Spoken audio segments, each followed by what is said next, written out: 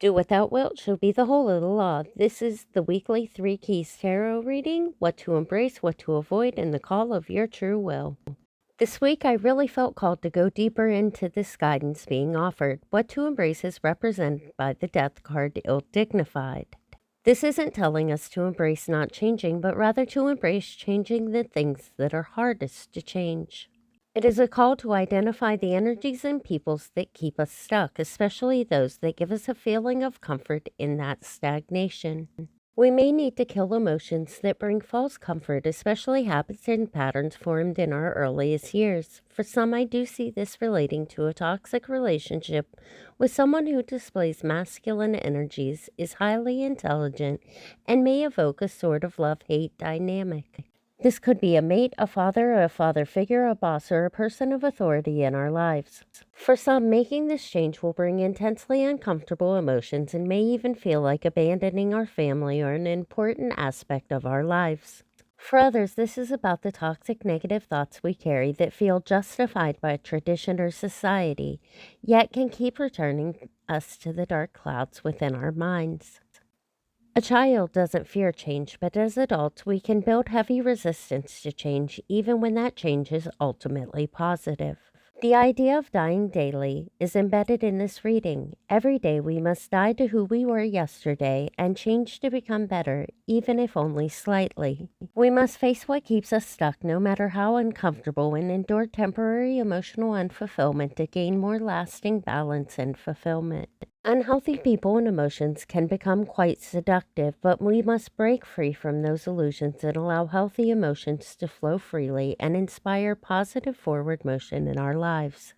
Remember, your goal is to be free of limitations, allow emotions to flow freely, and to reach your full potential.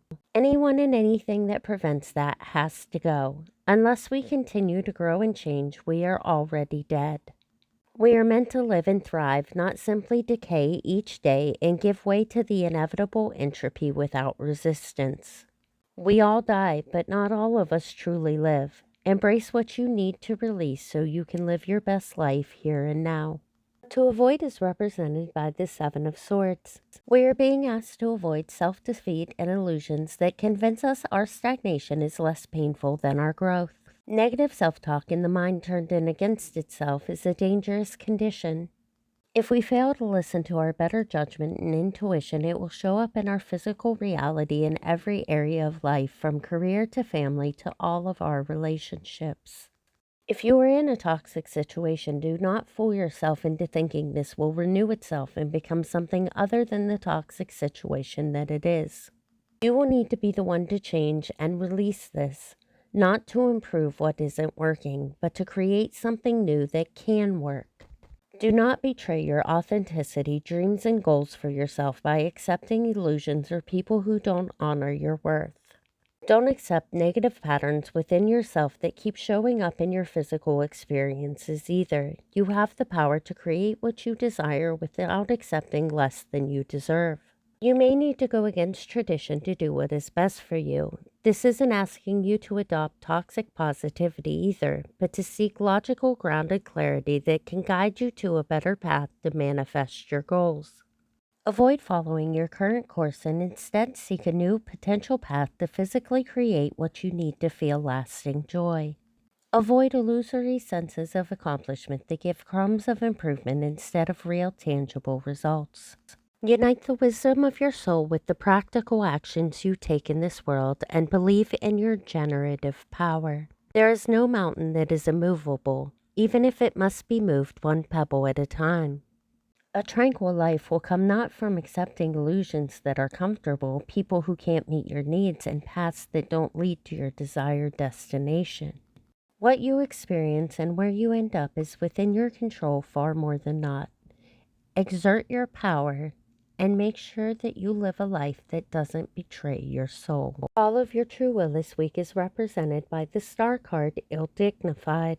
Your true will is asking you to stop living in fantasy worlds that protect your emotions but deny your reality. You're being asked not to manipulate what you want to hear for what your soul is trying to tell you. Morals are subjective, but you are responsible for keeping a connection to your spirit that will guide you to the life you are meant to live. not what society or others believe you should do, but what your soul wants you to do most. You may need to employ more healthy skepticism of yourself and others to stay on track. Address what is holding you back from feeling inspired and living in joy, whether that is a job, a relationship, your habitual patterns, or any mixture thereof. Ask how you can bring more authenticity and joy back into your daily routine, especially in ways that align with what you feel you are meant to do in this life. You are being called to find something more fulfilling and make it a priority. Don't let hopelessness creep in that denies your true power, even if following your purpose is hard at times. Your spirit and strength may be tested this coming week, but you have the skills needed to meet these challenges. I will share that in my personal life, this is all pointing to me overworking myself and allowing rigid negative thoughts to convince me that I can't fulfill my desired path unless I keep pushing myself, even when I needed to allow myself the time and space to recover without guilt. I've distorted offering spiritual wisdom to others as some divine calling I must follow, when in reality my soul was asking me to rest. It's emotionally uncomfortable for me to not accomplish all I want to accomplish, and it's hard to release patterns from childhood that equate my worth with my accomplishments. But I am taking this wisdom to heart and making sure I don't betray my soul by accepting negative thoughts and illusions that masquerade as spiritual wisdom. My offering next week may be simpler graphics and text of my weekly reading, or I may skip a week to rest. I believe the further we walk this path, the more we see we need to improve and learn, and I will never be an exception to that truth. I wish you all a beautiful week, and I hope these messages give you the strength to make those hard changes and better align with the path you desire most. Follow for more tarot and occult content. I greatly appreciate any comments, likes, or shares that help me to expand my work to the world. Love is the law. Love under will.